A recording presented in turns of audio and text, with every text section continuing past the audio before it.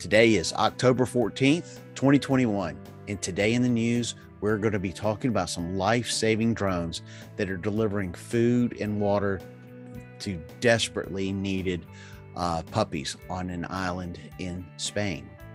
Now, the Spanish island called La Palma has a volcano that has been erupting since September 19th.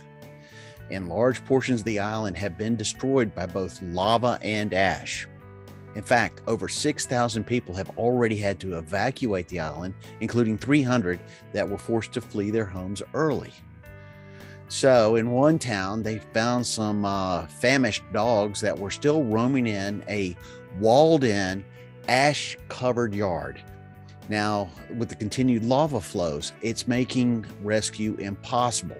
So two drone companies, Ticon Solutions and Volcanic Life, are using aerial drones to drop food and water into the dogs, and they will continue to feed the dogs as long as they can. But in order to fly the drones, the visibility must be good enough for the drones to safely drop their packages in the right place, because high winds could keep the drones out of being able to fly.